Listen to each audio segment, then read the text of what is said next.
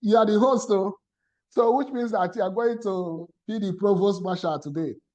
Thank you very much. Apologies for starting late. In fact, the scheduling not too good. I could have put some distance between the previous one and this one.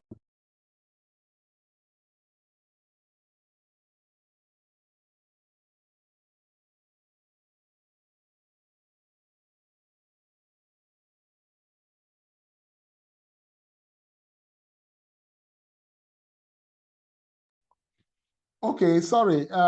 So we are going to start. This is a fresh course. I think it's significantly different from the ones you just finished. The biostatistics you just finished. This one has to do with weights, so with very no calculations.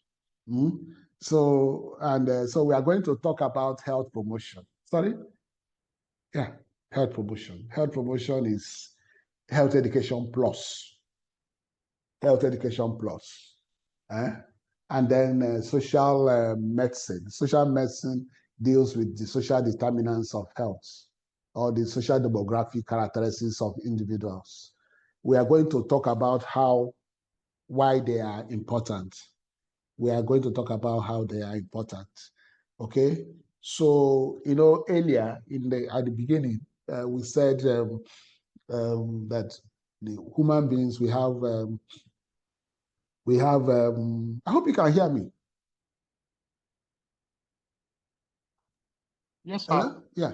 We can hear you, sir. All right. Okay, so human beings, we divide our environment. Environment is what surrounds us, and as human beings, the environment we live in is divided into three: the physical, the biological, the social environment. This course is about the social environment. We have been taught the physical environment. You'll be taught the physical environment, especially in the environmental health. And then the biological environment has to do with the living things. But this course is specific for the social environment. We know that the physical environment is actually made up of two components: the natural environment and the built environment. The natural environment, can we say, is made by God and is influenced by the climate of a place. And the climate of a place in itself is influenced by the location of that place, in relation to the sun. So those of us in tropical countries, we are directly exposed to the sunlight. Okay. So the other one is the built environment, which is completely man-made. The built environment is built by man, almost like a refuge from the natural environment to protect man from the hazards in the natural environment. And the built environment is made up of two environments: the home environment and the work environment. The home environment will spend at least about 2/3 of the hours of the day in the home environment. 2/3 of the hours of the day in the home environment. So we spend a lot of time. And in the home environment, where it's almost like a place of refuge, a place we can go and feel free, dress the way we like, And that is why that's why this our program is a very interesting one, because you can receive your lecture in your house, wearing any sort of thing, and it's also a win-win. And that's why it's difficult for us to go back to the usual. Yeah, because it's convenient. Okay, that is the home environment. And then the work environment, we spend about 8 hours. 8 hours. Remember the 8 hours. The Nigerian law says that we work 8 hours a day. Anybody that works more than 8 hours is entitled to an overtime. Is entitled to an overtime. So the work environment, we are exposed to a lot of hazards in the work environment. And that's why we have to go home to recuperate. we have to go home to the corporate. Okay, then the biological environment is the living things, and living things are usually classified into flora and fauna. Flora, plants; fauna, animals.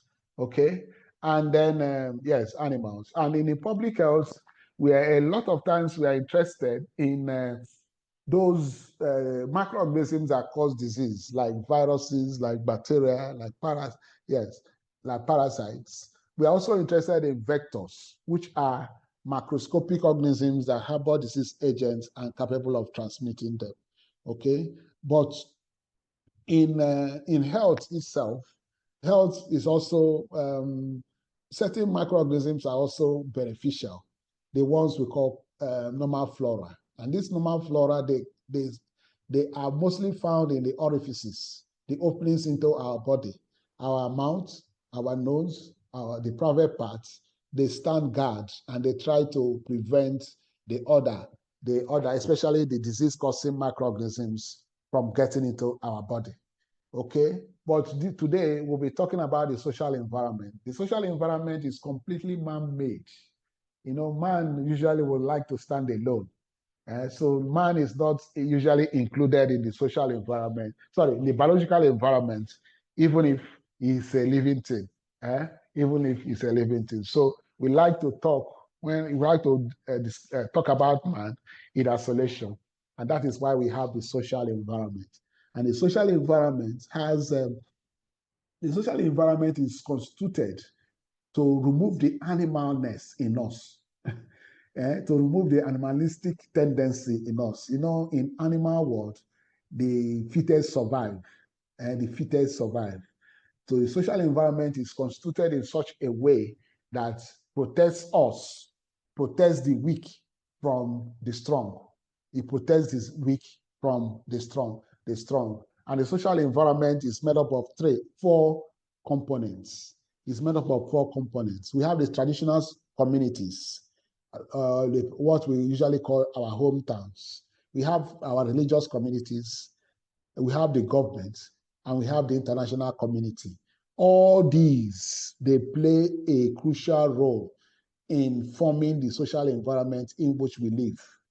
They play a social, an important roles in creating the ideal social environment for us. In the traditional, our hometown, the traditional communities are the first to be formed. When human beings so evolved from animals, they realize that they are stronger as a band, as a group. They are stronger as a group because as a group, they are able to fend off wild animals. They are able to hunt together. They are able to hunt together, just almost like a pack of lion hunting. Yes, it's better if it is a single, if it is a group rather than a single individual doing the hunting.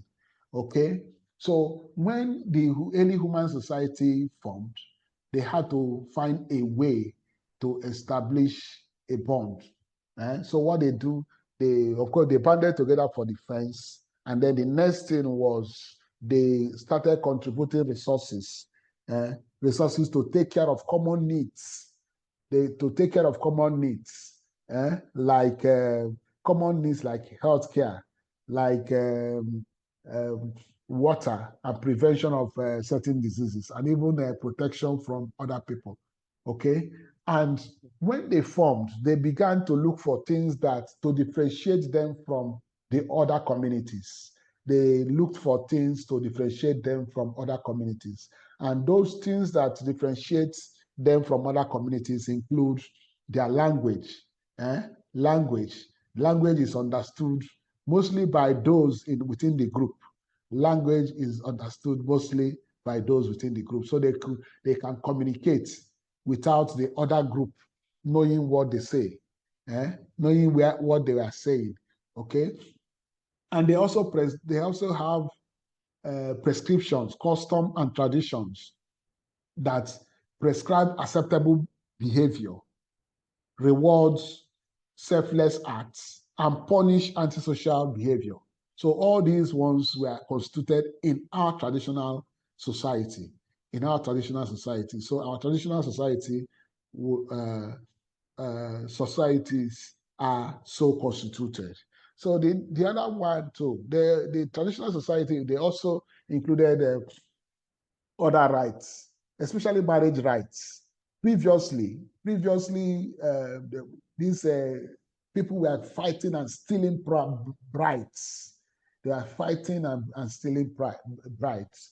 So to stop that fighting, marriage rights were instituted to tell other members of the community that that lady has been taken by a member of the society, and therefore should be left alone. Okay, so that was how marriage rights came. And then people, they also developed a means of exchange. So instead of the strong beating the weak and collecting his or her property, they solved it in such a way that they did trade by barter. Give me this, I give you that. And they were able to share resources without fighting over them. Okay? Then the other one is the religious environment. Religious environment, a very good addition. A very good addition because it further reduces the tendency for us to be violent. Yes. And another thing too is that religion arouses the conscience in us. The conscience is like the policeman we have in our body, telling us what is good and what is bad. What is good and what is bad. In fact, Osman Danfodio once said that the conscience is an open wound. Only the truth can heal it. Okay, so in that case now, that is one of the achievements of religion, because he puts that conscience in us, and that conscience ensures self restraint. It shows self restraint. And another thing that religion brought is the belief in the supernatural. The religion brought the belief in the supernatural. In that case now, the supernatural beings were said to be omnipresent, omnipotent. So that, which means that even in the most secret of places, the supernatural being is able to see us. So it prevents us from doing harmful things, killing somebody in secret, just as Cain did to Abel, just as Cain did to Abel in the Bible. So even when Cain did that in secret, God still found him out. God still found him out. So that was what religion did for us. In short, curtailed violence, aroused the self-restraint in us through our conscience, and of course the belief in the omnipresent God that sees in the secrets, that that ensures that we do the right thing even when nobody is watching us. Okay, and I have to also say that the Ten Commandments is probably one of the best examples of this peaceful coexistence between persons, because it outlaws violence and covetousness, collecting people's property, Okay, so the Ten Commandments is one of the best examples of religious prescriptions for peaceful coexistence of persons. Okay, so from that religious society, we move on to government. Government is secular,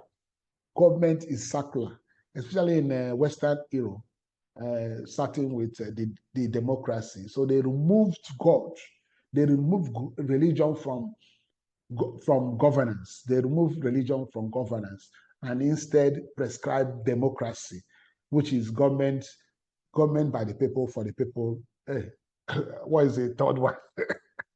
Okay, yes. So they removed religion from government, and then government took over that responsibility and guided by the constitution of the country.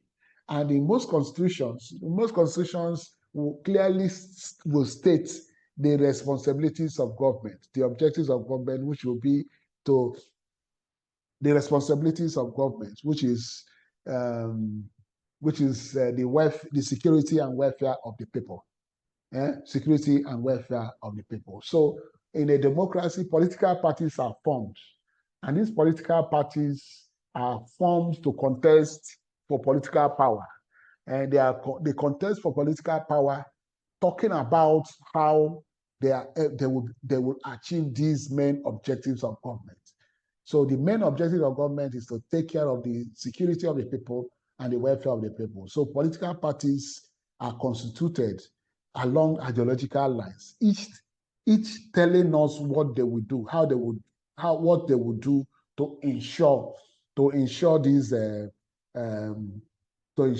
objectives of government, security and welfare. So for those political parties that are said to be left-leaning, they believe in mobilizing resources, especially from the rich, to provide basic health, basic services to all citizens, including the poor. While the right-leaning political parties, they believe they are advocates of small government. They believe that government should just concentrate on setting the rules, enforcing the laws and providing just few basic things that individuals should be able to do the rest, like charity, instead of helping the poor, should be left for individuals to do. So that is what the right-leaning political parties, what they do. But I must say that in public health, there's a tendency for public health to be left-leaning, to be welfaristic, because public health is grounded, is built on the foundation of equity and social justice. Equity is to meet the health needs of people according to their needs, to share resources, not equally to everybody, but according to the needs of the individual. So that is why public health. So that public health is more left-leaning. And public health is left-leaning because we believe that in public health, it is because of these social determinants of health. Because we know that people we need to tackle poverty to ensure that people eat. If you want people to be healthy, you tackle poverty so that they'll be able to buy nutritious food to eat. And in Nigeria, where health services are provided on cash and carry basis. So when people are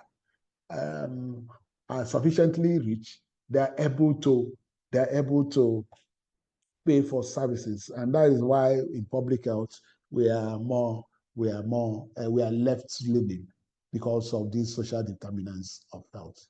Yes, they say somebody that is poor. If we live and we don't take care of the poor, the society will be poorer, because one of the greatest persons in this world, a lot of them are poor. Lord Jesus Christ of Christianity was from a poor background, same as Prophet Muhammad.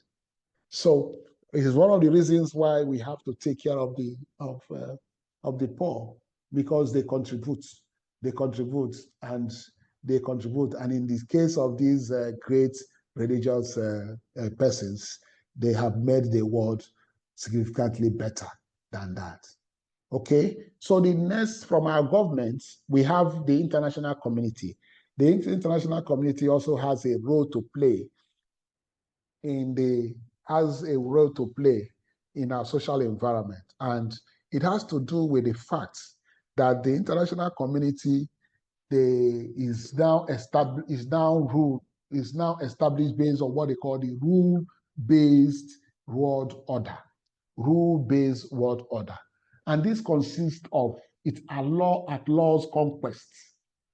It outlaws conquest, meaning that a strong country is not allowed to, or it is illegal for a strong country to conquer a weaker country. Hmm? Yes. So you cannot say, it's not that you can build an empire and begin to conquer your neighbor and subjugate them and make them your subject. No, it won't be recognized. It will not be recognized. It's not recognized because we are in the current world order. Okay, so currently the international community also guarantees fundamental human rights. They have stated, they have listed rights that individuals have because they are human beings. They have listed those rights, and those rights cannot be denied anybody, even by the government. And if anybody, any government does that, the international community is at liberty to even invade that country. And if a government, if a president or someone tramples upon the fundamental human rights of his citizens, that person can be declared a criminal, and can be arrested anywhere he goes in this world. Okay, so with all this, it has brought peace to the world. It has brought peace to the world. So there is no more conquest. No more conquest. I just finished the lecture with the other master's class, and we are talking about that if not for the conquest, if not for the stoppage, the outlawing of the conquest, perhaps Nigeria would have been different. Nigeria, the religion of Nigerians could have been different because when the jihad, the jihad of Osman Danfodio started in 1804, they quickly took over the Hausa communities, and they were coming down south. They were coming down south. And of course, they sacked the old Oyo Empire. They sacked the former Oyo Empire, and most of the Yorubas ran towards the south. Okay, and so if not for the presence of the colonialists, it could have been different. It would have been different. But right now, nobody is allowed to conquer another community. So we remain where we are. We remain where we are. Okay. So we have also said that there are hazards in this social environment. We built this social environment for our own welfare, for the benefit of mankind. But it has not been perfect. It has not been perfect. For example, traditional practices, they were supposed to make living between members of the traditional society better. Some of the practices have been found to be dangerous or harmful to health. Example being the female genital mutilation, what people also call female circumcision. But the fact is this, that female circumcision was said to be to prevent, to stop women from being promiscuous. But the fact, sorry, let me take this note, sorry.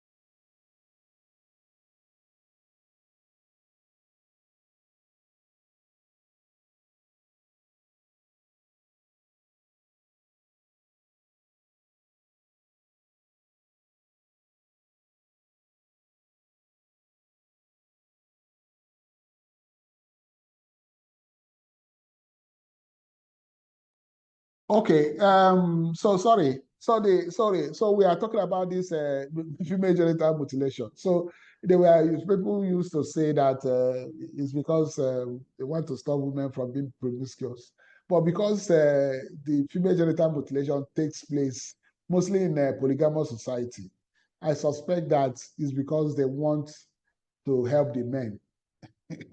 Because if a man is married to more than one wife, he cannot cope if the women are operating at normal capacity. So that's what I believe. That is what I believe, considering the fact that the circumcisions are usually in a polygamous society. Okay, so that is one about traditional practices. Then communal crisis is also coming up, meaning that the social cultural practices that kept communities united are waning, are waning. Okay, so these are the hazards in the social environment, and then we know that these are hazards in the social environment. Okay, the other thing is that world wars were fought.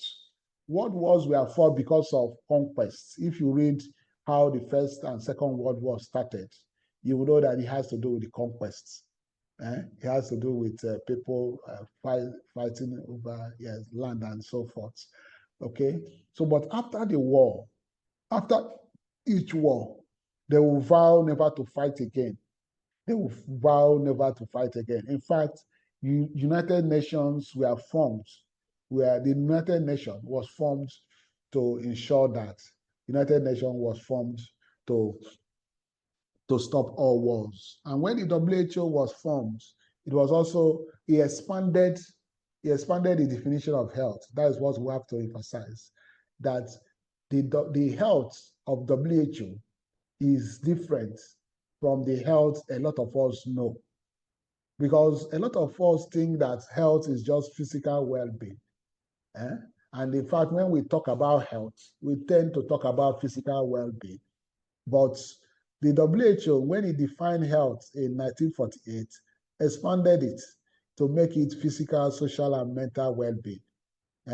And this social and mental well-being, they actually expanded healthcare to beyond what is offered in hospitals, to beyond what is offered in hospitals, to what has to do with to things that are done within communities, making sure that women are better educated, better fed, better other violence against women and etc. are sorted out. Those are now health problems and not just social problems. And then mental health issues were also brought up. And we have to also say the background to that, because in WHO started in the immediate Second World War period. And in that period, there were a lot of social issues. Social issues, for example, there were a shortage of men. There were a shortage of men, so a lot of women couldn't find husbands. And then the men that were married before they went to war, they came back to hear all sorts of stories about their women. So there were serious social problems, social relationship problems during that period. That was probably one of the reasons why WHO included social well-being. Then even mental health was also a problem, because the soldiers that went to fight wars, and even people that suffered trauma during the war, they started having a mental health problem called post-traumatic stress disorder. Post-traumatic stress disorder. Mental health problems that affect people will start having flashbacks. So it's one of the reasons. So this is one of the reasons why WHO included mental well-being to the definition. Okay, so social medicine is to take care of these social health issues because they are important. Because they are important. They are important. If you have a mental health problem, or if you are under stress, if you have even if you don't have a peaceful home, it can lead you into alcohol, and from that you can develop hypertension and other diseases and so forth. So that is the reason why we have to study social problems. We have to social problems. Okay. I don't know if there are questions or comments before we continue. Questions, comments?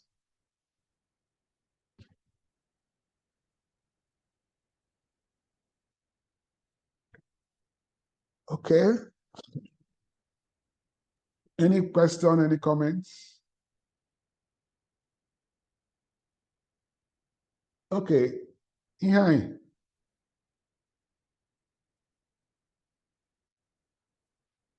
Hello, Ihe. Hello? Yeah, your hand is up. You want to ask a question?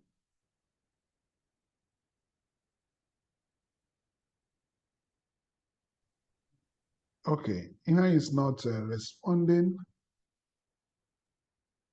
Seems. Good evening, okay. sir. Yeah, good evening. Prof, the issue of outlaws of conquest is still running today with the issue of expansionism that is going on in West Asia, Europe, everywhere. China is doing that. America is doing that. India, everywhere. So where is the place of these outlaws in this expansionism? Does it mean that this thing has not been stopped at all? What is the method? What is the thing that we call expansionism? Yeah, I think it's rearing its ugly head. It's rearing ugly, but we must say that it has succeeded in some form. But it's rearing its ugly head. And that's why when Russia invaded Ukraine, people were alarmed. People were alarmed, and people started supporting Ukraine. Because if Russia succeeds, China has been eyeing Taiwan. China has been eyeing Taiwan. China will just conquer Taiwan.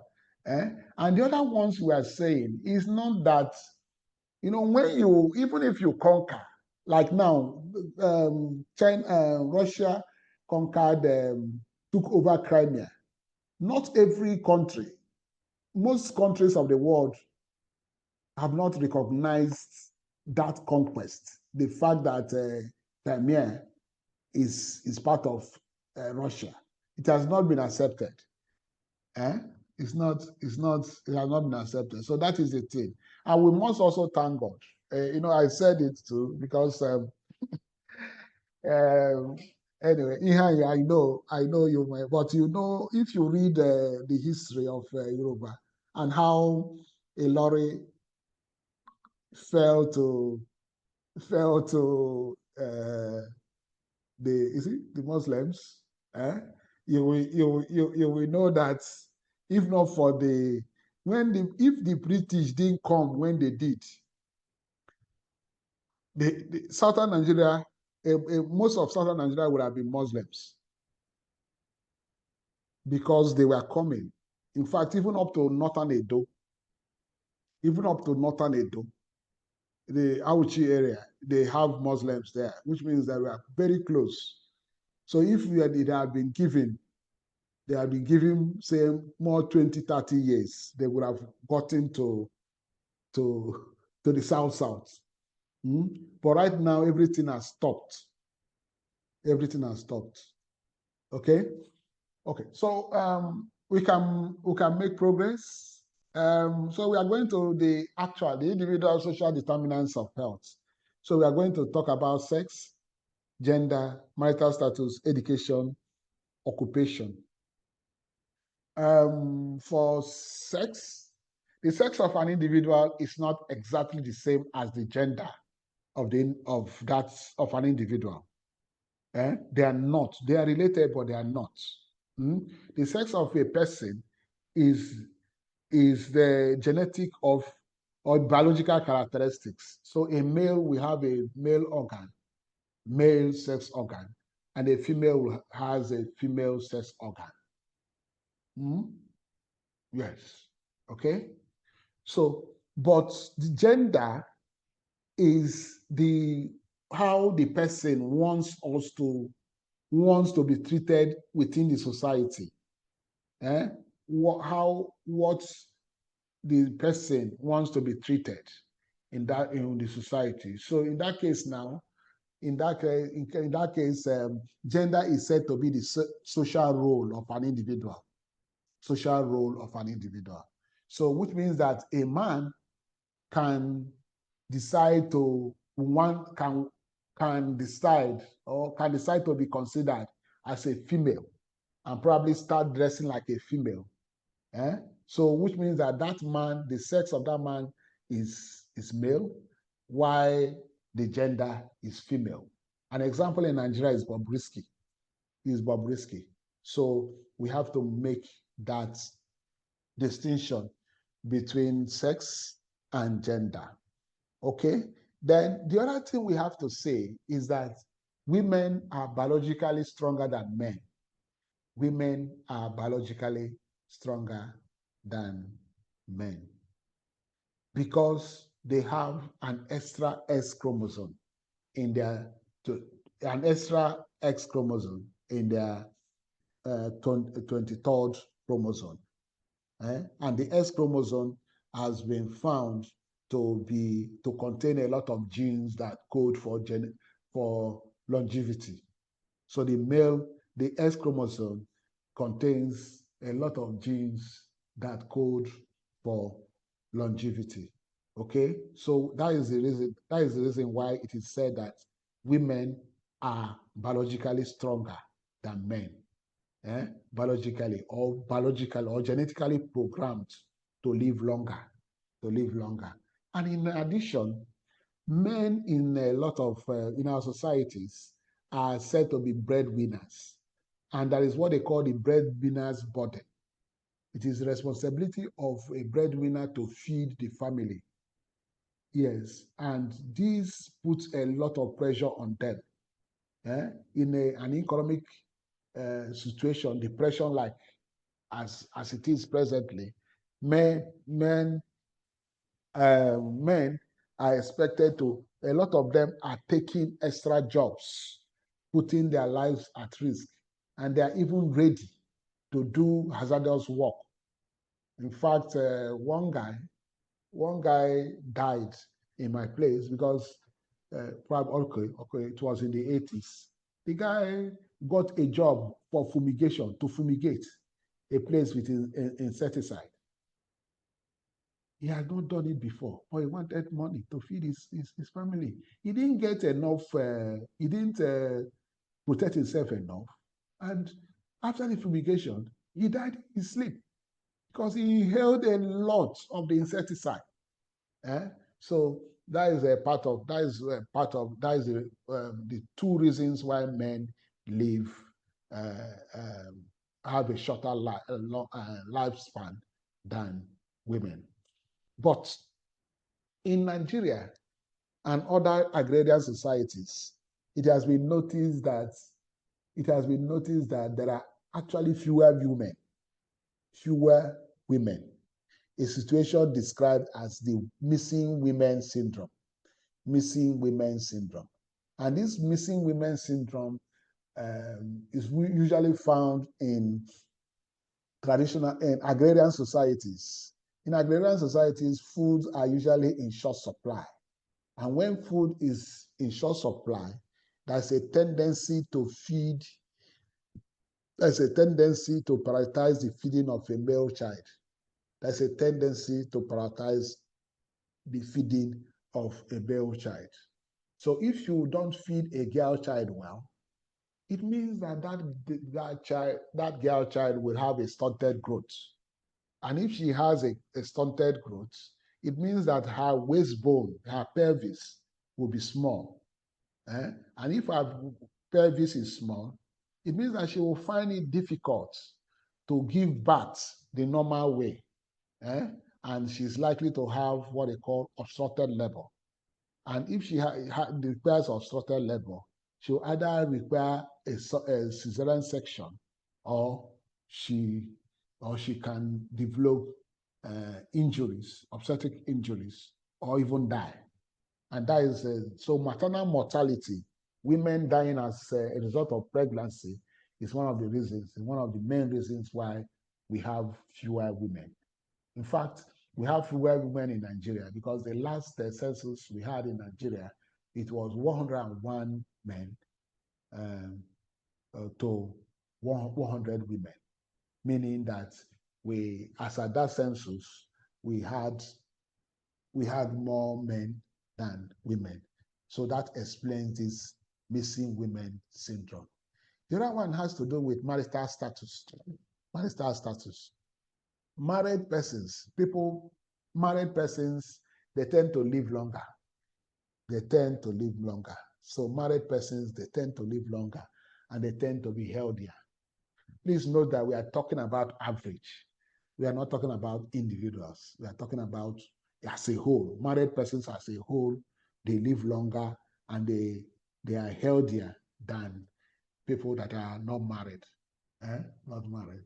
And when I talk about marriage, I'm not talking about people not getting married for religious or other reasons, as sisters or reverend fathers. No, I'm talking about not getting married by choice. Sorry, because they couldn't find partners. Because those are single, those are not married, are not healthier, because they are more likely to have chronic diseases. Single persons are more likely to have chronic diseases. And if somebody has chronic disease, it may not be too attractive, to the suitor, okay? And another one, apart from that too, marriage also has some advantages. For example, it restrains excessive egoism, which means that people, the risk taking of the individual is reduced. The risk taking of an individual is reduced. Married persons don't take as much risk as single persons, because their lives are not just theirs. Their lives belong to their spouse and their children. So they are not expected to just go and end their life, die anyhow. Because if they die, they will leave a widow, and they will leave children.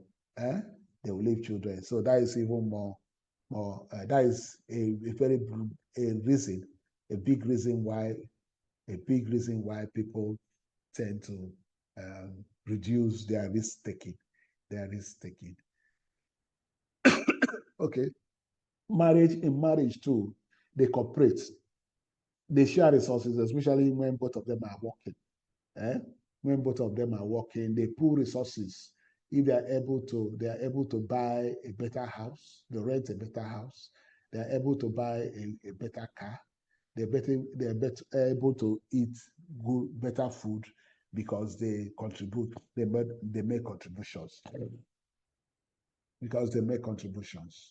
Okay, and even if somebody is married, he has also expanded his social network, and we've gained a lot from our social network, especially in Nigeria, where nepotism, ethnicity, and the rest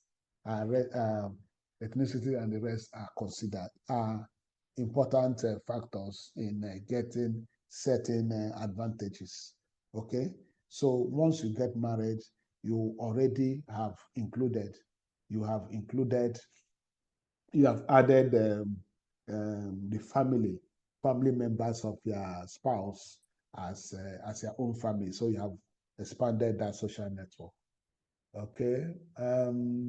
We have talked about material gain. When people are getting married, they are giving gifts, and those gifts can be used as seeds for businesses. Seeds for businesses. Okay, the other one has to do with education. Education is also important for health. It's also important for health. In fact, they did a study in the US, and they found that the most educated Americans have a lifespan that is live at least 10 years longer than the least educated Americans. So, yes, which means that education education adds years to our life. It adds years to our life. Adds years to our life. Because education brings wealth. We earn better, and therefore we are able to have better housing, better nutrition. We are able to afford healthcare when we are sick, and so forth. And then education means that we are also the job of an educated person has less risk. Is less risky. Less risky. It's less risky compared to the manual work. And education encourages healthier lifestyle because we know the advantages of doing something, the advantages of smoking. In fact, in the United States, they found out that secondary school, university graduates are less likely to smoke compared to secondary school graduates. Okay. And then the other thing we have to mention is health literacy. Health literacy. Health literacy is very, very important. Health literacy is very, very important, especially in our country. It's very, very important, especially in our country.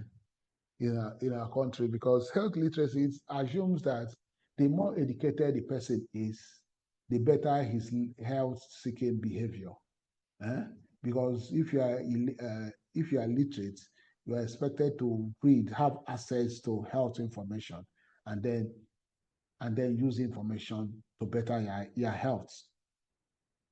But in Nigeria, we have found the opposite.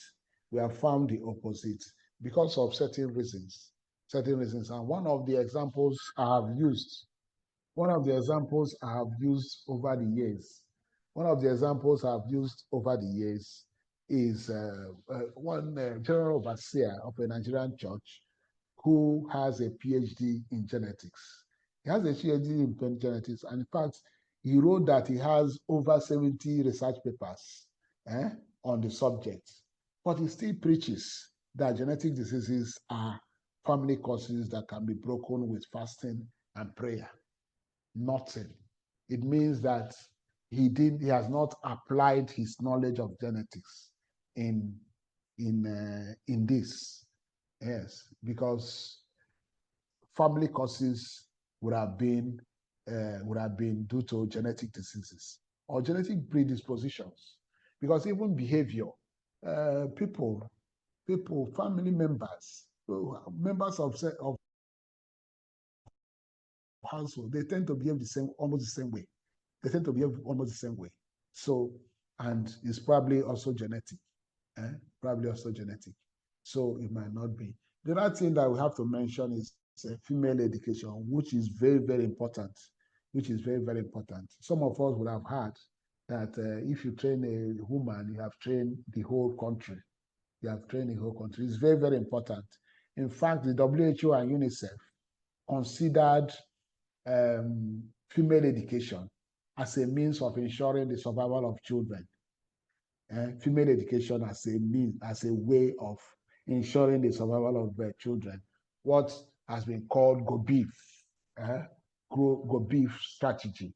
And that GOBEEF is actually an acronym for growth monitoring, or oral hydration, breastfeeding, immunization, family planning, food supplementation, and female education. Is very, very important, because if a woman is educated, the woman will know the right food to give the children, the right food to give the children. And that is also probably what explains this study that was done in Bangladesh and Indonesia, that found that the children of educated women are taller, or were taller than those of less educated women. Less educated women. In fact, they found out that each extra year of education added them 5% to the height of the children or girls of women. So it is as good as, it is as important as that, and that is probably related to the nutritional knowledge. Okay, I don't know if there are questions or comments. Questions or comments on this?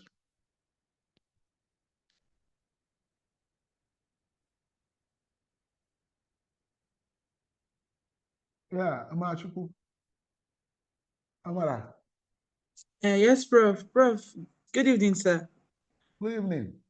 I have a question with the last statement you made about the Bangladesh women and Indonesian people. Yeah. Is it the educated women, they're trying not to marry short men, or like? No, I believe that it has to do with their nutritional knowledge.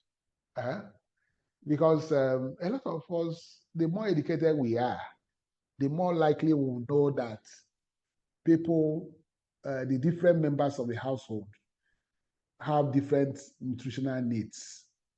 I know that in Nigeria, our education is a little bit faulty, but you know that children, they are growing, so they need protein. So an educated woman will know foods that are proteinous and then give to the children. The more educated we are, we know that those of us that have stopped growing, we don't need that much protein. I know that we live in a society where women are given the choices. Sorry, the breadwinners are given the choicest meal. So if you want to dish soup, you can give your husband 4 or 5 lumps of meat and give your children 1. It shouldn't be, because the man has stopped growing. In fact, if you give him meat, he may have some problems. He may develop gout, but because he doesn't need that much protein. But you give it to the children, so that is probably why. And there are other things. There are other things like hygiene practices. Hygiene practices of an educated mother is better. And therefore the children will not have a lot of diarrhea. Diarrhea takes away a lot of the nutrients a person has consumed. In fact, in some societies, diarrhea is a very important cause of malnutrition, because the food eaten by the child is not entering the body of the child. Let me put it that way, literally. Is a yes. Yabari. Hello, Oga Yabari. Is it Yabari? I don't know if it's male or female now. Yes, sir. Hello? Hello, Yabari. Okay. Okay. Okay, not mentioned. Okay, let me move on. Let's go to the religion, employment status, ethnicity, place of origin, Okay, occupation. Occupation has to do with people believe that occupation used to be linked to the social demographic, social demographics, education of individuals. And in fact, when in the UK, when they do after their census, they usually divide the country into this, into occupational, professional occupation. They believe that they are the highest social class, what they call the social class one, eh? Social class one. And then you have unskilled workers at the base.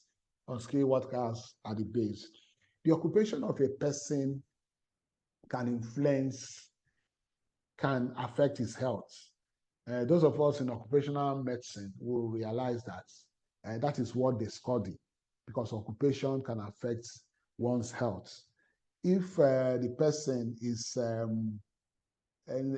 more educated, or that the person is better skilled, the work of that person is likely to be less risky. And even if the person is engaged in a risky work, there is usually that person is supported with a functional occupational health service, because the employer needs the worker to be healthy. It needs the worker to be healthy, and the skill of the worker is not easily replaceable. Okay, and that is the whole thing about occupational health. So occupational health is, in Nigeria, for example, it's mostly for the skilled workers, mostly for the skilled workers. The unskilled workers, those that are manual workers, they carry more risk. They carry more risk, and usually they don't even have a lot of occupational health service, because even if they die, they can easily be replaced. In fact, in Nigeria today, as one person is working, there are people loitering, ready to replace him, because manual jobs are easily available and risky. Unfortunately, they are even paid less.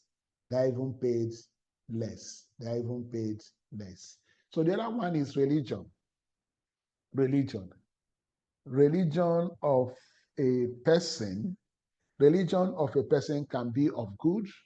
It can be of it can be of an advantage. It can be detrimental. It can be detrimental. Let's start with the benefits, the advantages of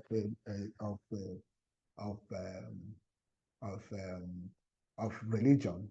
In fact, it has been said that when people are very religious persons, are said to have a higher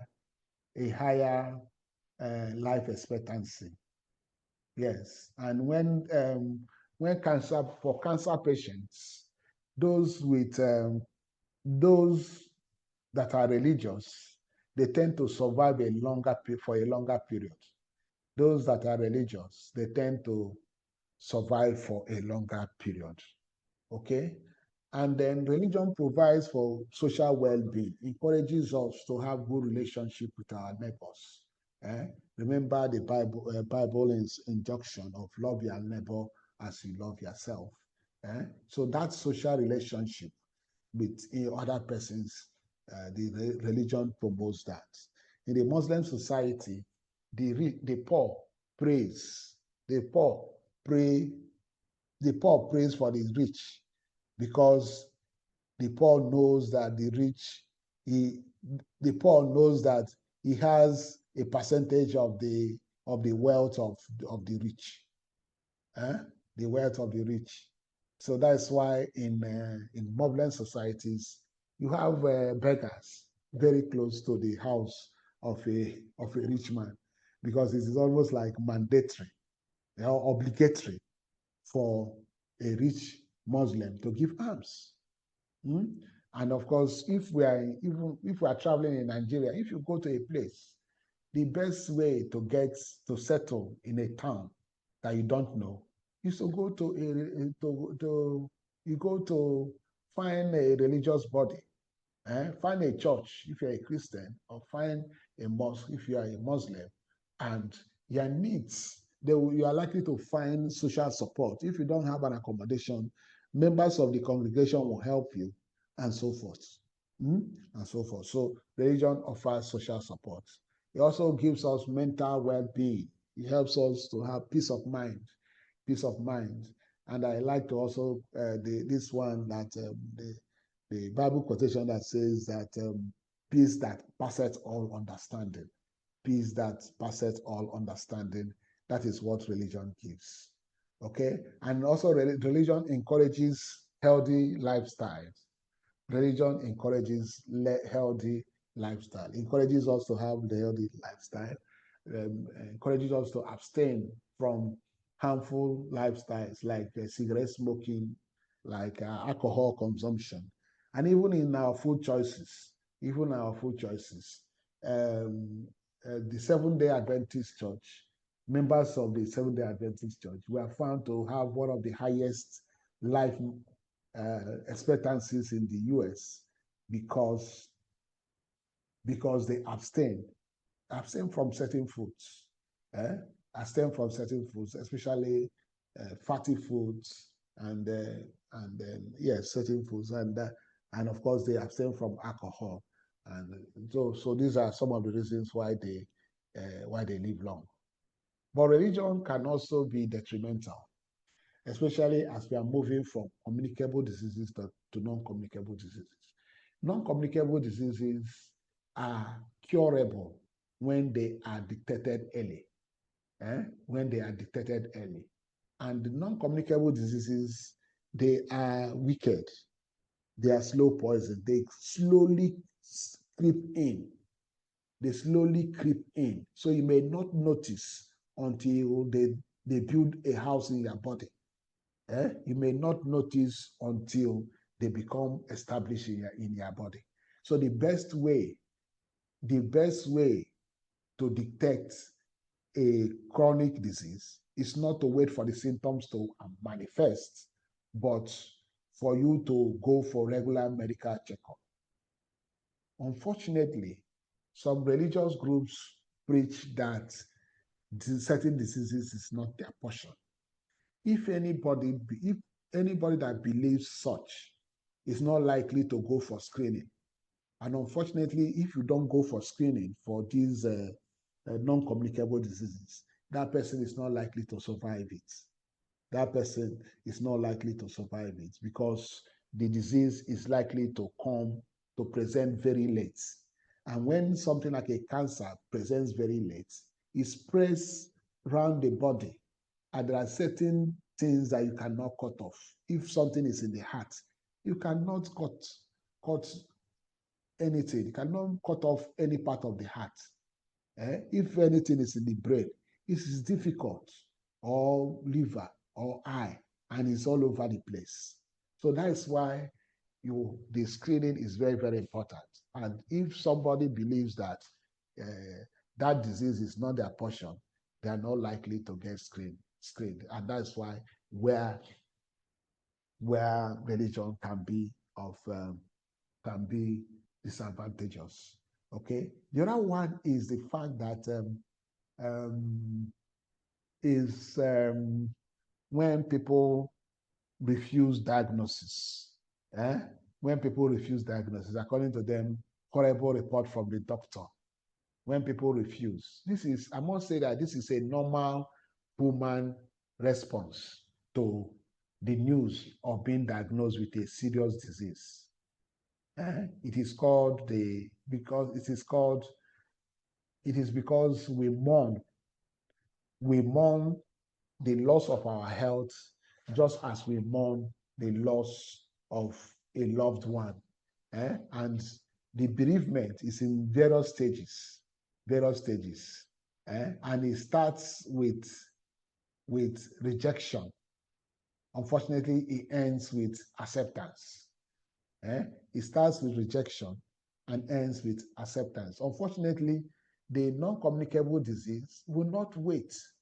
Will not wait for you to accept it before it starts manifesting its adverse effects. So a lot of people wait a long time, so long that their disease become incurable. So these are some of the ways in which religion can affect some of the ways in which religion can be disadvantageous. Okay, the other one has to do with ethnicity. It has to do with ethnicity.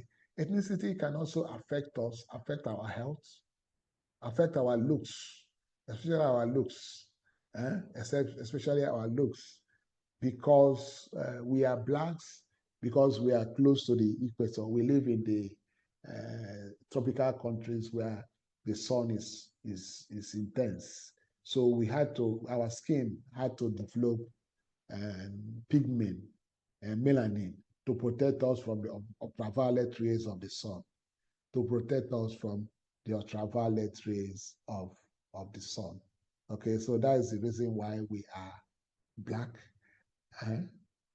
dark skinned, and why the other people, the people that live in temperate region where at times sun don't even come out, that's why they are white. That's why they appear white. Okay, and another one too is that the temperature of the place we live can also affect us. The temperature of the place we live can also affect us. The Eskimos are short, are stout, because they live in cold environments. So they have to be smaller to retain their body heat. They have to be smaller to retain their body heat. Whereas those that live in very hot environment, especially grassland, in grassland now, grassland, you don't have a lot of trees. So when you are on the field, you are heavily exposed to sunlight. So those people they tend to be taller and slimmer. They tend to be taller and slimmer. So those people called the Nilotic people of South Sudan. Those in the South, in Sudan, South Sudan, Kenya, they are lanky. They are lanky because of they live in a grassland. They live in a grassland, and then they had to be that tall so that they will have a larger surface area, and that larger surface area permits greater dissipation of body heat. This greater dissipation of body heat. Okay. At times, social conditions also affect us. In the US, the blacks are said to be the poorest, and they have the least. They have the worst health indices. In fact, during the epidemics like COVID-19, the blacks, they died the most because of several reasons. But a lot of the reasons are linked to poverty, and the poverty of the blacks are actually linked to slavery. The poverty of the blacks is linked to slavery. Okay. Then the other one that is very, very important, especially when it comes to our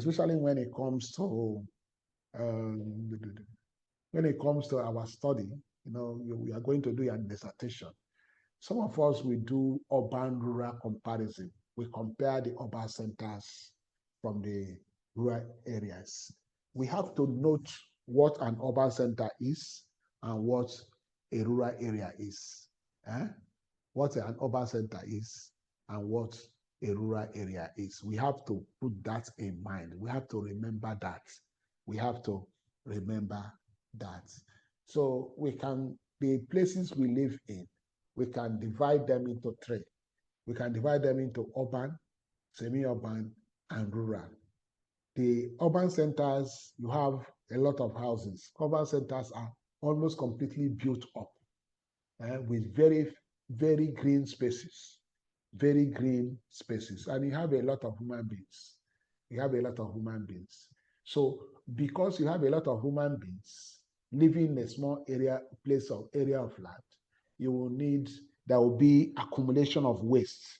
There will be greater accumulation of waste. And what are the common wastes we generate as human beings? Shit, feces, sewage, and refuse. Sewage and refuse. Okay, so we have that. We have that a lot in the urban centers, and they pose their own threats. They pose their own threats.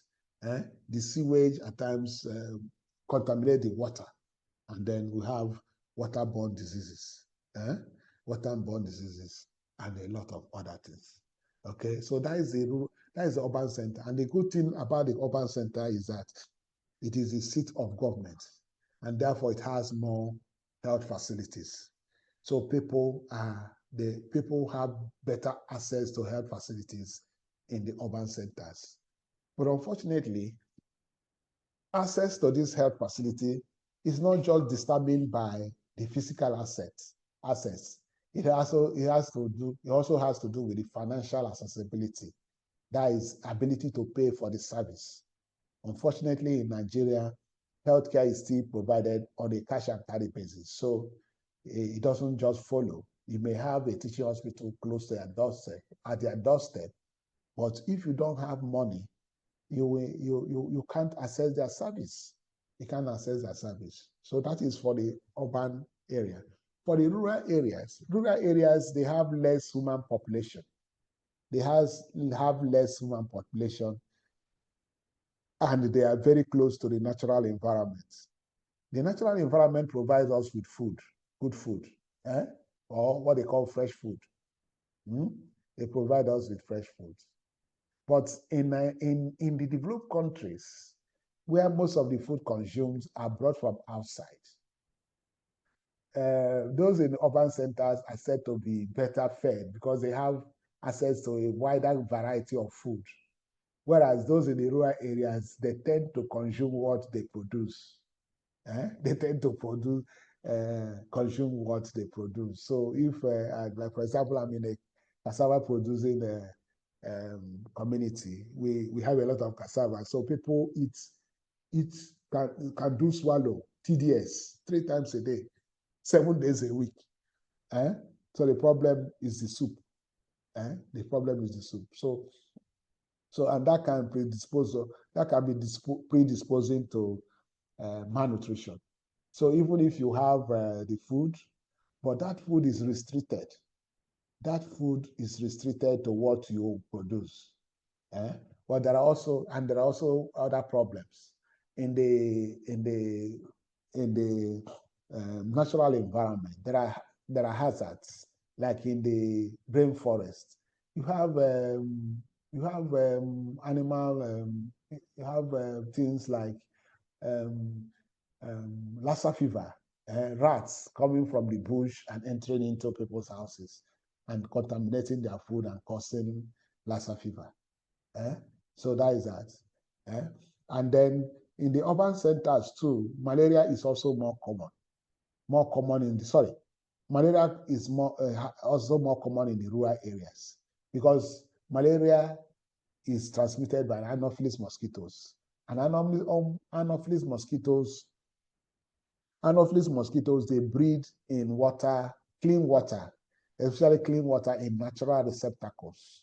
So these receptacles are water found in plants, within plants, like plantain, banana, cocoyam, pineapple, and then stagnant water formed by rainfall,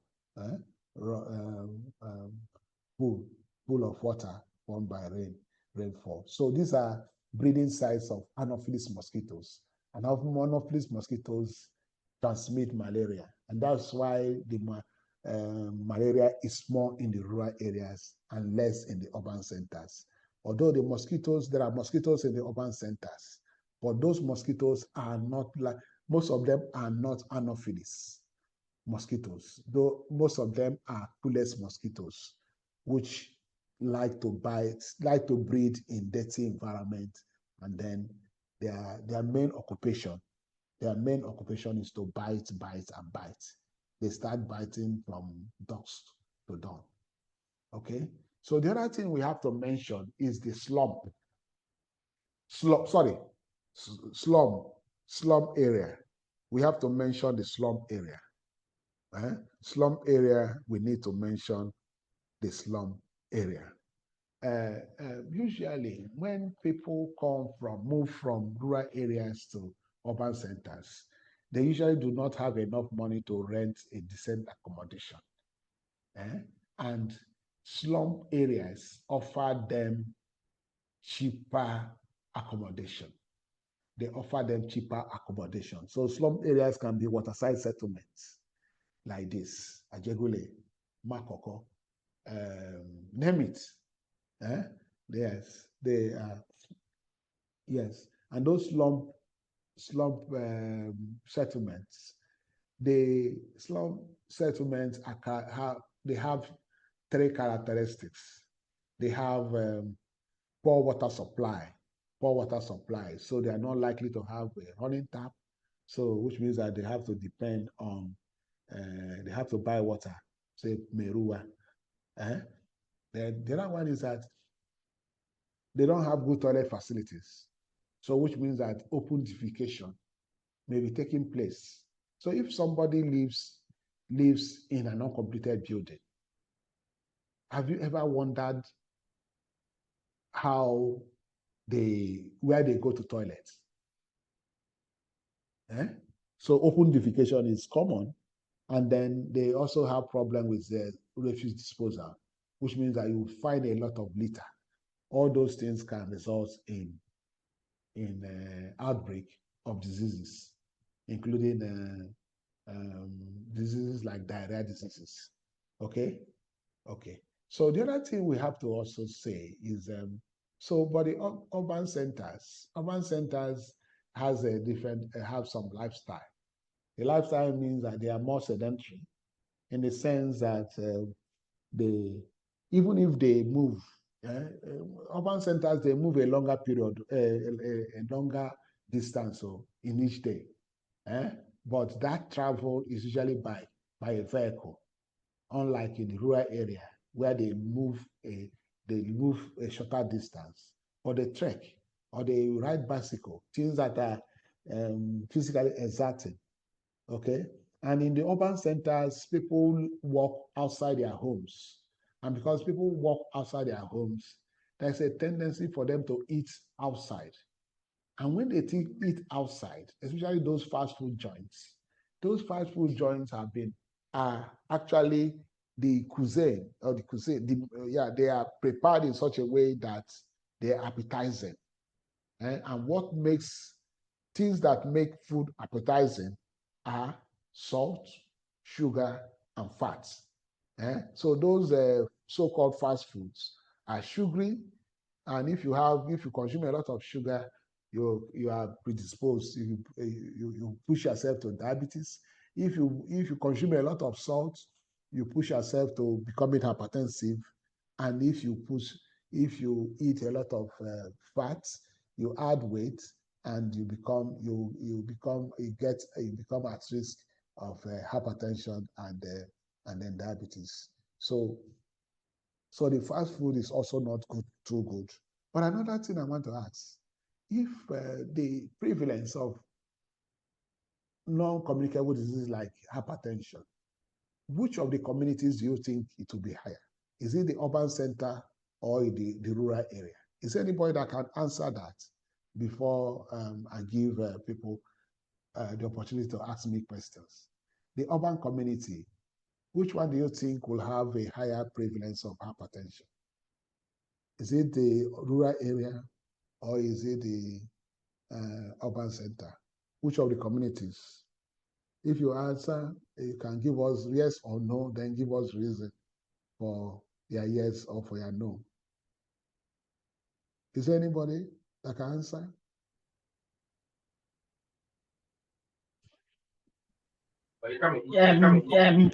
Yes. Hi, Prof. Hi, Prof. Yes. Yes. Yeah, I think it will be the MS and you just explained because they do a lot of sedentary jobs and they tend to eat a lot of fast food as well. So it will all end up, work and in the end predispose them to getting such a condition. So in my opinion, it's the urban center. Okay, the urban center. Okay, that's fine. Is there anybody? So can I answer? No, you can go ahead. Okay, I think in the urban center, the urban center is known for industrialization. So a lot of the residents, they don't have time to make their meals. So they end up buying either snacks or most of these mama puts and fast food meals, you get, which are heavily spiced, heavily salted, because those spices also have salt. Yes, so I think in the urban center, there will be more risks of hypertension. Okay, that's good. Actually, people develop the risk of become hypertensive in the urban center because of these reasons you have mentioned.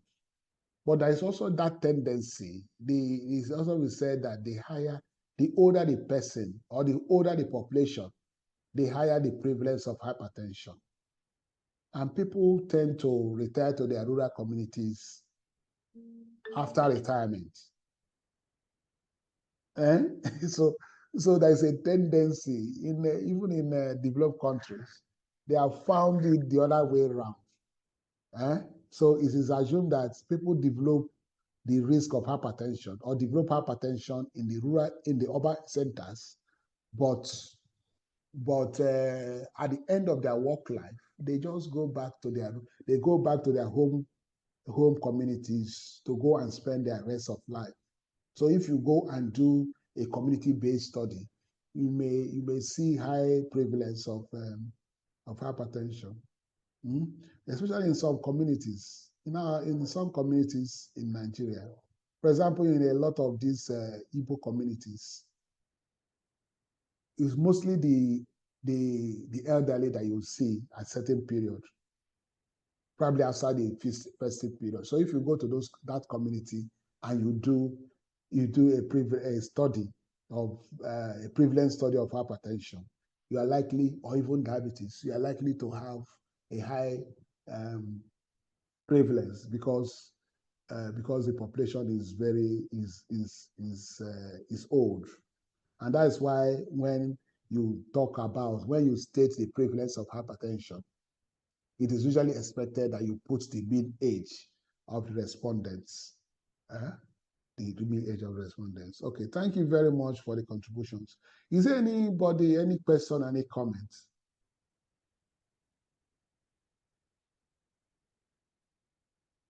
Any question, any comments? Question, comments? Okay, it seems biostatistics has taken the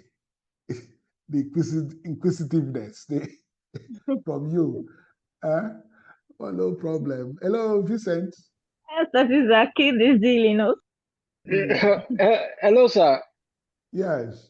I'm also thinking about the reason why it is possible that the prevalence of hypertension may be more in rural areas is that because there are there is low health-seeking behaviors in these places, a lot of the hypertension may go undetected. So there may be that it may be possible that a lot of the population may be hypertensive, but because they lack access to facilities where these non-communicable diseases could be detected, it may give a false impression that they may be less than in the urban community. I like that, Vincent. It's just that hypertension is mostly without symptoms. Yes.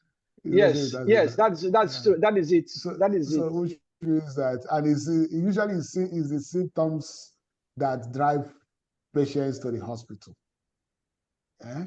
Yes, and that is also why at times we like when mosquito bites people, especially in the urban centers, because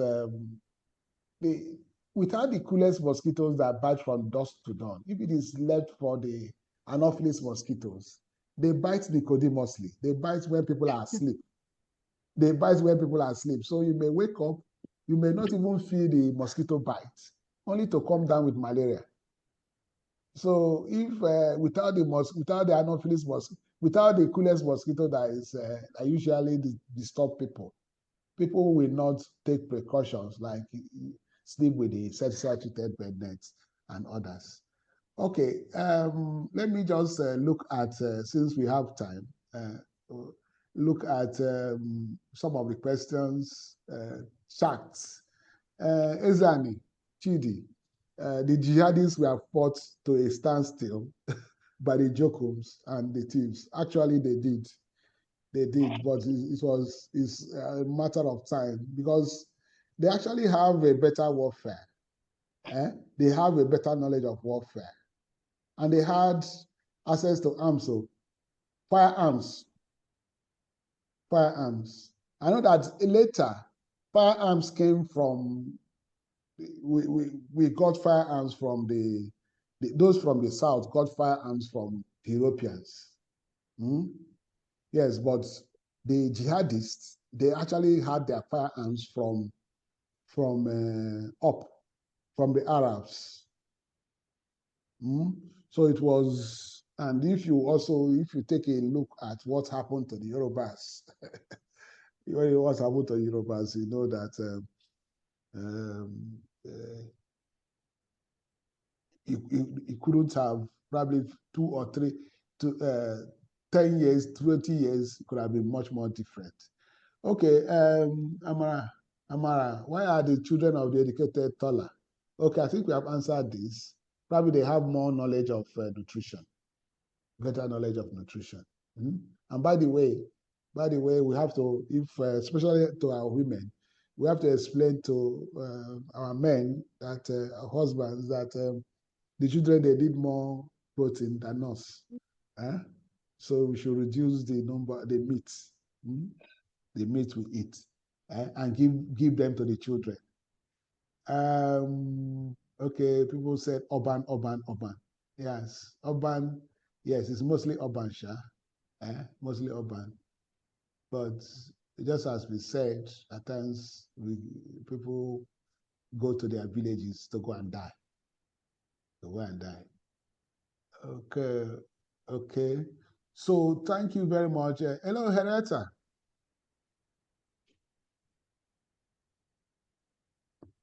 Hello, Henrietta. Yes, Prof. Yes, yeah. Prof. Good evening. Good evening, sir. Good evening. Prof, how are you doing today, sir?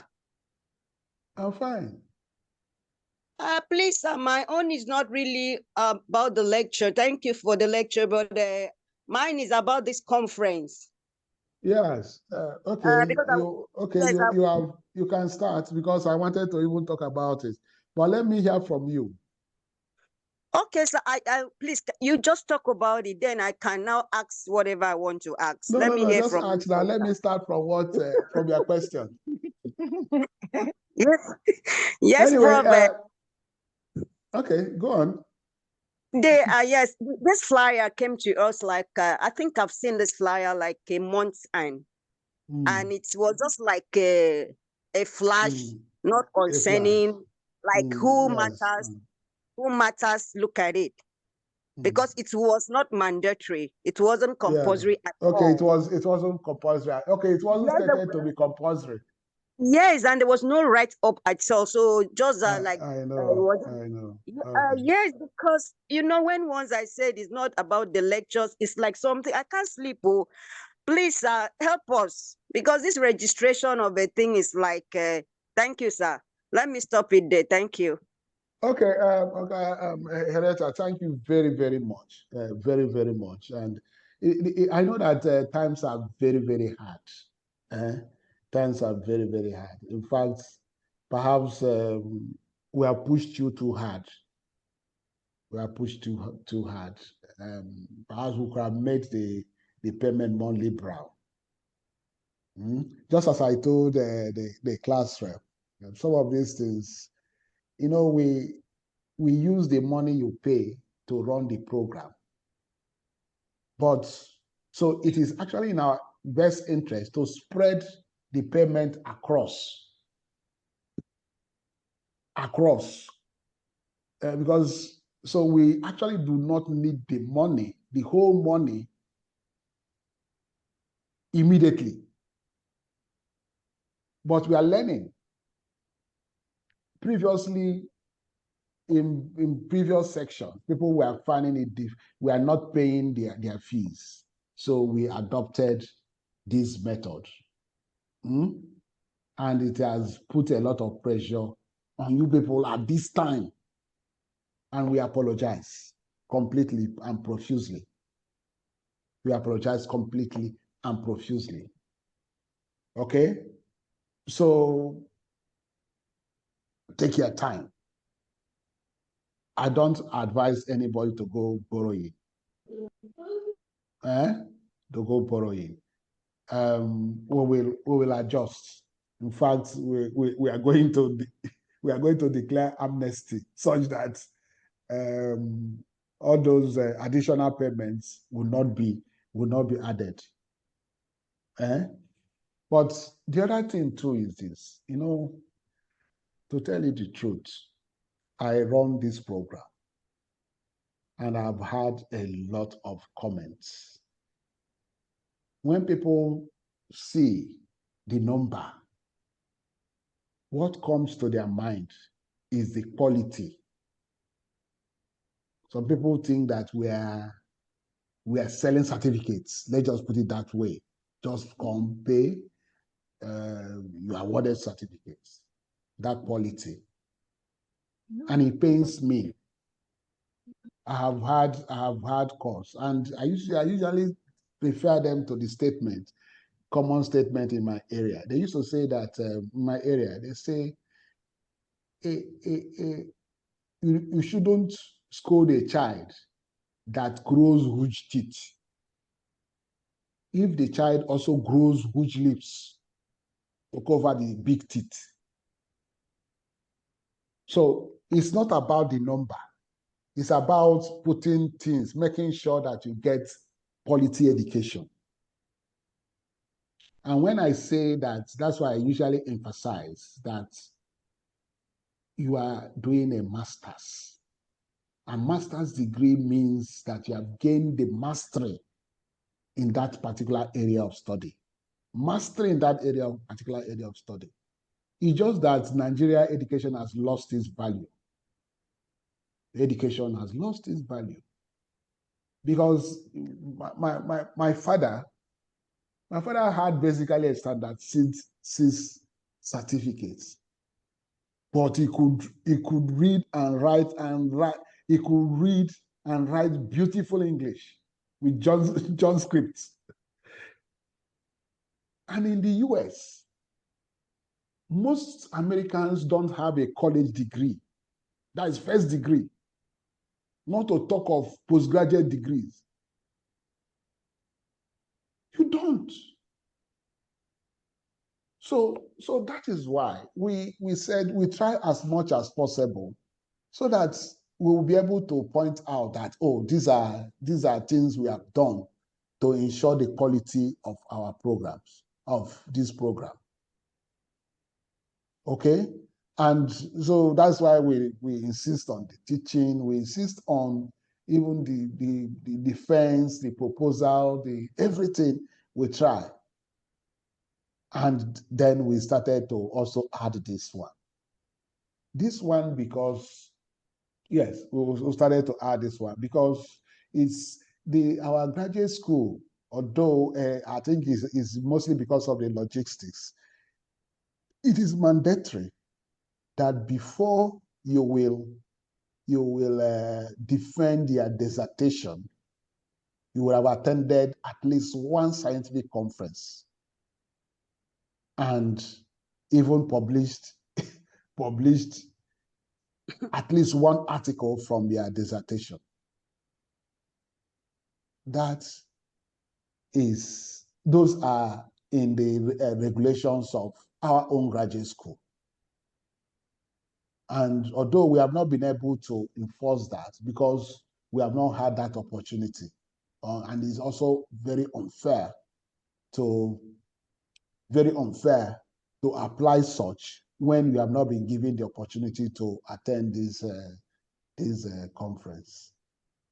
So that is one of the this is one of the reasons why we decided to do it. Do it for several reasons. Do it because we are able to bring in those from the industry, those from various areas to come and talk about certain things. And it also gives us the opportunity, especially those in our PhD program, to make presentations. So they will be presenting their abstracts. We don't expect you to present your abstract because you have not done your work. You have not done your research. At least you don't have anything to present now. So, but we expect you to register and attend. We expect you to register for attend. So that is the thing. Although Prof. it is, yes, it is, yes. So we consider it as being mandatory. And if we put it as being mandatory, there are actually two options. It's either we allow people to pay, allow people optional. It's optional for people to pay, and of course they will have a certificate of attendance and show it. And it's optional. If it is optional, but it means that if it is time to present, to defend their dissertation, we have to make it mandatory. So it's either you attend this one or you have to go and look for a conference to attend. You have to go and look for a conference to attend to meet that criterion. Because the graduate school says that you must attend a scientific conference before you'll be allowed to defend their dissertation. Okay? So it's an option. Okay, Prof. Okay, Prof. Okay. And the fact is this, that it is difficult. Some people have said if it can be reduced, it is difficult for one to get a proper scientific conference that is less than 20K. That is less than 20,000. A proper one. Not to talk of this one that will span over 12 days. Yes. So the other option we will talk about, we are considering, is that we might probably decide to make it a levy. A levy, it means that we'll expect everybody, we assume that everybody registered. So if they pay at certain points, probably at the point of defense, you show evidence and then you'll be allowed. Or at before you collect your certificate, you show evidence that you have paid before you get your clearance to pay, clearance to collect your certificate. These are options. These are options. But the thing there is this, just bear with us. Some of these things are not, to tell you the truth, let for me, I could have, but I just wanted to give it the best shot so that we have a lot of naysayers around, even within our university, and I don't like that. So please, can we be giving grace to be in the early payment? Okay, the early payment, no early payment, don't worry. Since you received this thing just recently, it will be just the early payment, so 20K, 20K, okay? Thank you. So, Henrietta, I think I've answered a lot of that. Yes, Prof. Okay, Abu, sorry. Throughout that period, that 2 weeks period, that will be a lecture free completely. Lecture free completely. Those outside the country, we have made it virtual, completely virtual. So you don't need to travel to Nigeria or to Port Harcourt. It's virtual. although it will start in the morning hours and then evening, and then listen. And then the other thing too is that days are located, assigned to the various programs. So you may not attend all the days. So you can choose depending on your area of interest. I know that some of you are in MPH, but you're interested in public health nutrition or health communication or epidemiology or something like that. You can attend, but it gives you the opportunity to attend everything. Since it's compulsory by us for next year, it will not be. Okay, no, don't worry. We said the graduate school said at least one conference. So if you attend this year, no problem. But it's better you attend this year because you may have your final defense before the next conference, which will put your graduation at risk. Gifts, Faith, you said at the point of collecting certificate, no problem, we can do that. We can, in that case now, we convert it to a levy. It makes it even easier for us. Okay, so Henrietta, I hope I've answered that. So yeah, I don't know. Yes, Prof. Thank you, but please, thank you, sir. The lecture schedule, we registered elective courses, but I saw on the timetable is not included among the lectures that we go. The elective courses have been converted to short courses. Okay, so there are no more there. We should not register it on because some of us registered it. No, whatever you register is what we make available that we are going to give to you now. All right, thank you, Prof. That is it. Yes, thank you. Hello, Valentine. Hello, okay, Valentine. Good evening, Prof. Good evening. Yes, except that you have later clarified. Otherwise, I wanted to ask about the conference. Now that you said only those who are doing a PhD can present their abstract. So I wanted to find out if people who can work on other projects even before their thesis, if they can present their abstract. No. If you have something to present, you can present. Okay, then I wanted to also find out if I present an abstract, would there be provisions for me to provide the full manuscript at any point in time, or is it going to be just abstract only presentation? No, provide abstracts. But abstract is of a completed research. Yes, the abstract is a completed research. Yes. But you can, so, if you have done other studies, you can submit, you can present. But it's to give you that experience, because when the abstract presentation, you will be given probably about 7 minutes or less to make your presentation. So you have to learn how to be precise in their presentation. That is a key what people will have to learn. Okay. Then, Prof, another thing is if at the end of the day, would there be room for publication of accepted abstract, or would there be any room like that for in a journal or any of such publication? That means that you have to develop it now. But that will be the abstracts will be published as conference proceedings. Proceedings. Okay. Yes. Okay, and then Prof, lastly, I wanted to clarify that regarding the payment, from my experience, I even attended a conference 2 weeks ago at Port Harcourt there.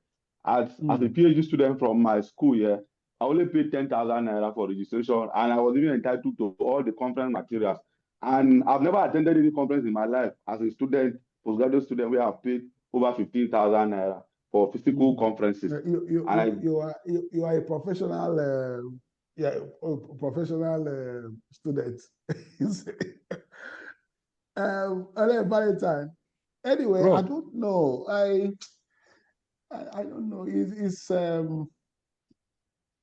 Anyway, this thing has is because of the because of the time. Because of it's over 12 days. And it's packed, and the school is going to also augment. It's also going to augment, but we want to also make it very worthwhile. Worthwhile. And Aga Valentine, just try. Just No, try.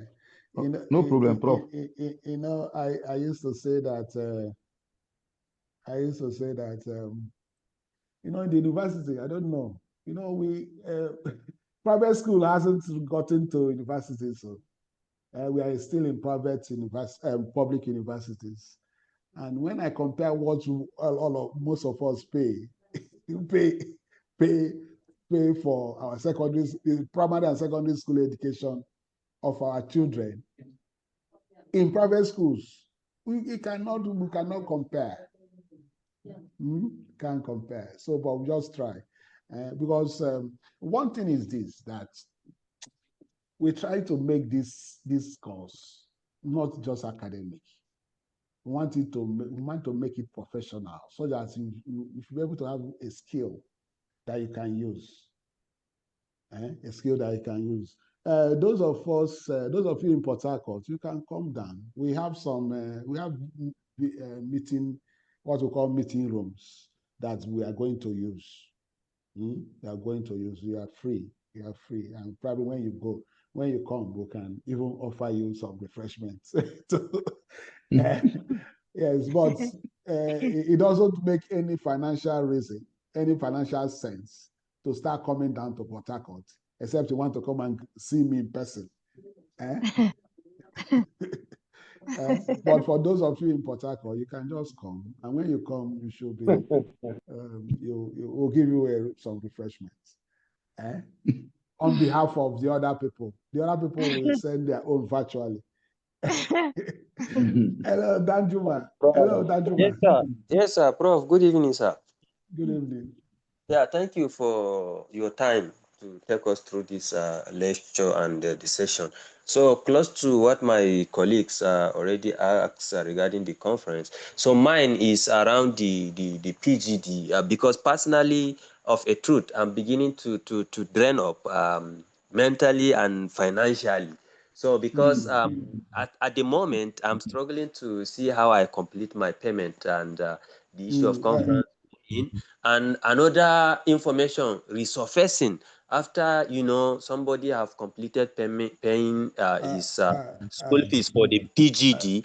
Information is still surfacing that we need to raise like a minimum of 100,000 again for certificate. Okay, you see, that is what at times we say.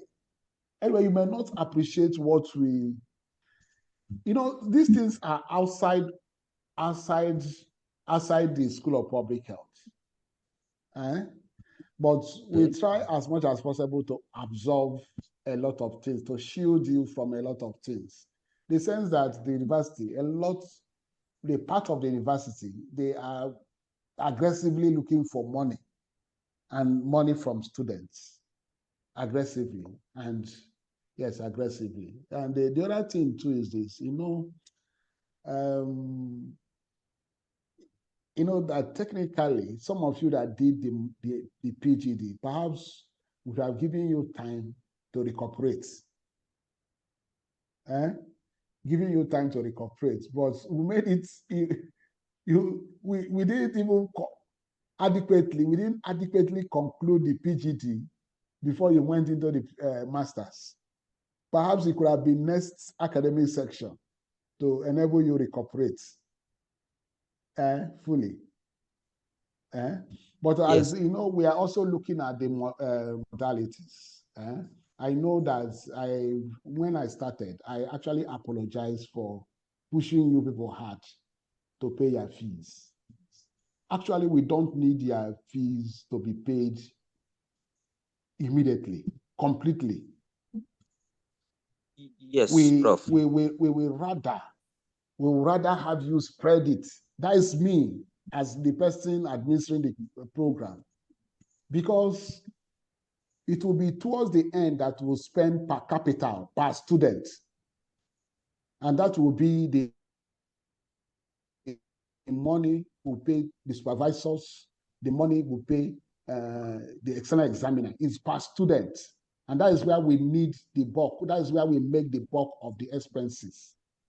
And to tell you the truth too, The school is self-funded, and the university and the federal government, probably because of ASU pressure, has increased the money paid, say, for external examination. The external examination that used to be about 25, 30,000 is close to 100,000 now per student. Yeah. So, No, but no, no. What I'm saying, what I'm saying is this: that we may not need, we don't need, we. It's not that we are going to pass on all these costs to students, but what I'm saying is that perhaps we shouldn't have pushed a lot of pressure on you to pay immediately, pay commitment fee, and then put something on top. No, we could have allowed you more time. But the other thing I have also said is that probably I have to also announce it, and tell the finance officer that there shouldn't be any shop charge. I don't know if anybody has paid anything on top as a subcharge. That money will be refunded. That money will be refunded. So yes, that money will be refunded. But Prof, sorry, sir. What comes to mind when somebody hear that a minimum of 100,000 will be paid for instance, certificate. What for? All these questions comes up. Certificate you have Danjuma, I said that it is, you see, how this thing is done. The training is done in the School of Public Health. But once you graduate, we hand you over to the School of Graduate Studies. And those things are set by the School of Graduate Studies. And Danjuma, I don't know, it seems you didn't see the breakdown. Part of that money, you are giving an academic gown. Although some people say that they may not need an academic gown for a PGD, but you have an academic gown there. Perhaps we should be able to communicate, tell them that students don't need academic gown, especially as the university is saying that the cost of producing the academic gown is even more than the cost being paid by the students. Perhaps we have to take it up. We have to report to the school that you don't need the academic gown, especially for PGD and even masters. I hear they also give masters academic gown for masters. Perhaps we have to tell them to discount that thing, and which means that you won't be giving the academic gown.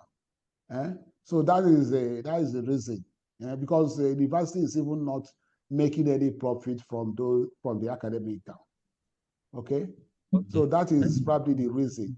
In fact, what we are also fighting for is the fact that what is it called now? Our library say that you have to buy, you bind their project there in their library, and they're collecting money.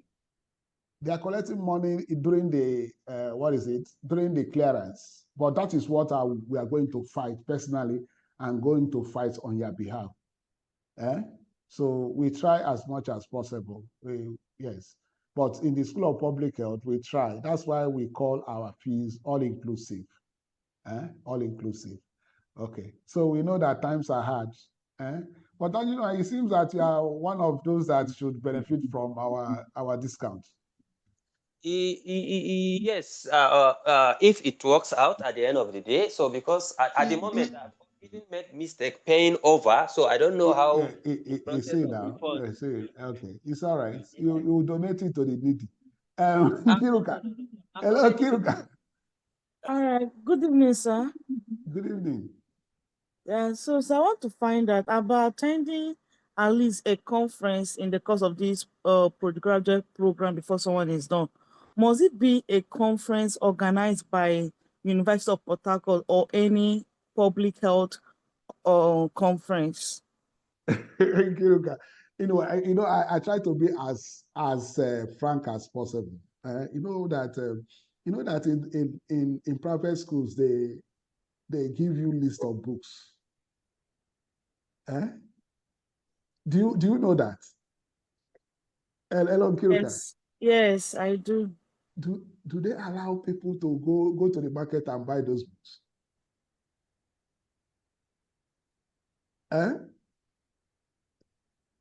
Hello, No. Kiruka. No. They don't allow.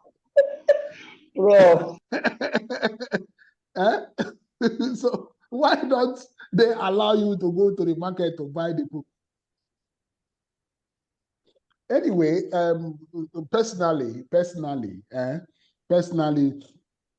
if you feel it's just that we want to offer you the conference is for me, especially for the managers of the school, because we have to manage the image of the school. We have to show quality. So that is one of the reasons. And we are encouraging you because we are trying to do a lot of things. We have to do a lot of things. So we are encouraging you, and we are looking at the best way of doing it. We are looking at the best way of doing it. Do we make it as a levy and take it that everybody will register and then wait until the end of the end? Anytime you will have to pay between now and when you will finish the program. We can look at that option. But I want to give you the opportunity because it gives you a different perspective, probably a perspective that is different from what you are currently being taught. Okay, so thank you, Kiru. So that is no problem. Yeah, So it's actually fine, but my concern is making it compulsory. What about international students? How are they going to how are they going to navigate through that? Navigate So what? making it compulsory and saying that Nkiru, if we don't actually attend that, we may yes. Nkiru, this program is virtual. Virtual is online. It's virtual, so you are not talking about. You are not talking about international students. And yes, you are not talking about it. So yes, so it's online. So you can look for another excuse. But there's no problem. Just as I said, it's optional. It's optional. But the thing there is this: when it gets to the time you will be carrying out your defense, and you bring up a certificate of attendance of an August meeting, we may not accept it. Good evening, Prof. And that means that you will be denied making that defense. So you better, if you are in public, since you are in this is SPH, you have to attend. You have to attend a public health conference. You have to attend a public health conference. So you have to go and look for a public health conference where issues related to public health are discussed. So that is it. So that is it. But what is there is that we are going to enforce that particular regulation that master's students must attend at least one scientific conference before they are allowed to defend their program. Good evening, Prof. Sir. Dissertation. Yes. Yeah. Good evening, sir. Yes. Okay. Thank you so much for the lecture. Honestly, I do appreciate your honesty and transparency. And yes, I understand that we need to do this. And what I appreciate most is the flexibility in the payment which you have introduced. So I just want to say thank you. And I just plead with our cosmates to also see this because this Prof has said all the truth. I don't know what we want to hear from him again. Thank you, sir. Bye. It's really the truth, yes. Okay, thank you. Chizoba. Hello. So, sir, is it 20,000 we are paying? Yes, it's 20,000. Don't worry. No late registration. Okay. Valentine's. Valentine, don't worry. He said he want to attend a public health related conferences. It's all right. Just that we had to make sure that it's relevant to public health. And it's of that nature. So you don't go and when we don't go and attend a conference that is organized by School of Health Tech. In fact, when in those days down, when we were writing papers, they used to tell us that if you go and publish your paper in a journal that is based in a college of education, that it will not be acceptable. So it depends on that on the nature of the conference. But you can attend any conference, especially as Valentine can find some bargain conferences, some conferences that students can attend for less. If you can find, no problem. Between now and when we are going to have the defense. Hello, madam. Yes, sir. Yes. Hello. Yeah, I can hear you. Yes. Well, I want to thank School of Public Health for giving us the opportunity to attend this very important conference.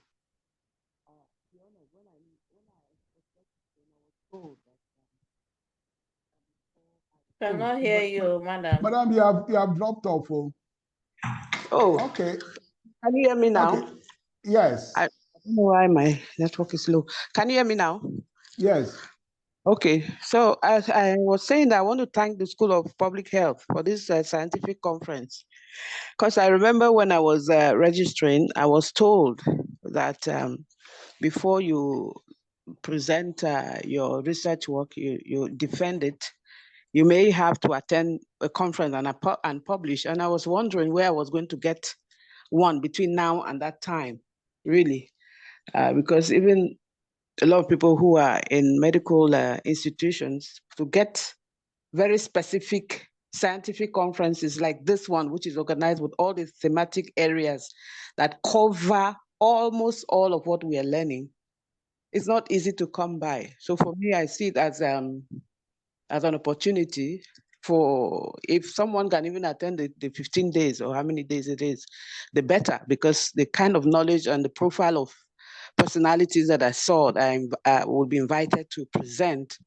it's something we have to, let's look at it the positive way, it's something we have to embrace and try to network as well, so that we get, it's a more practical approach to the theory we are learning.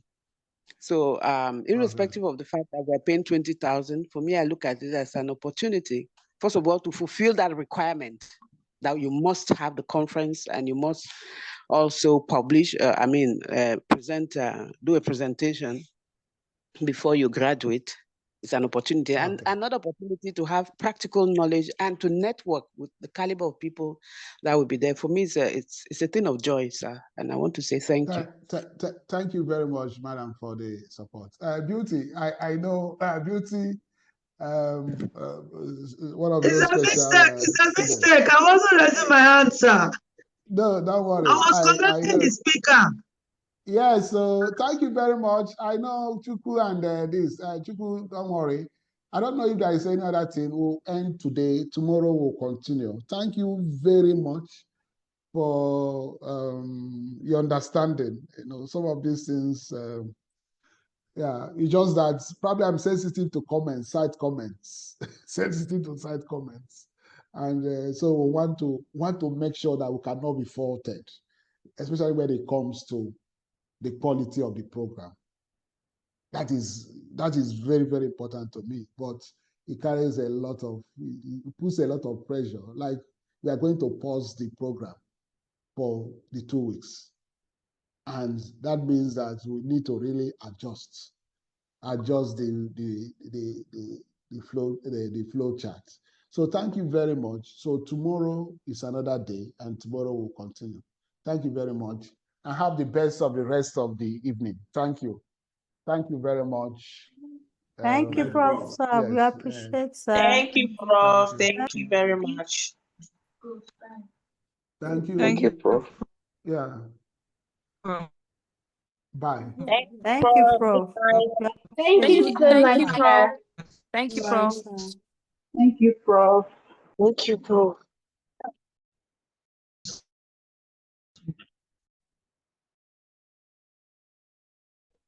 Thank you, Prof. Most everybody's okay.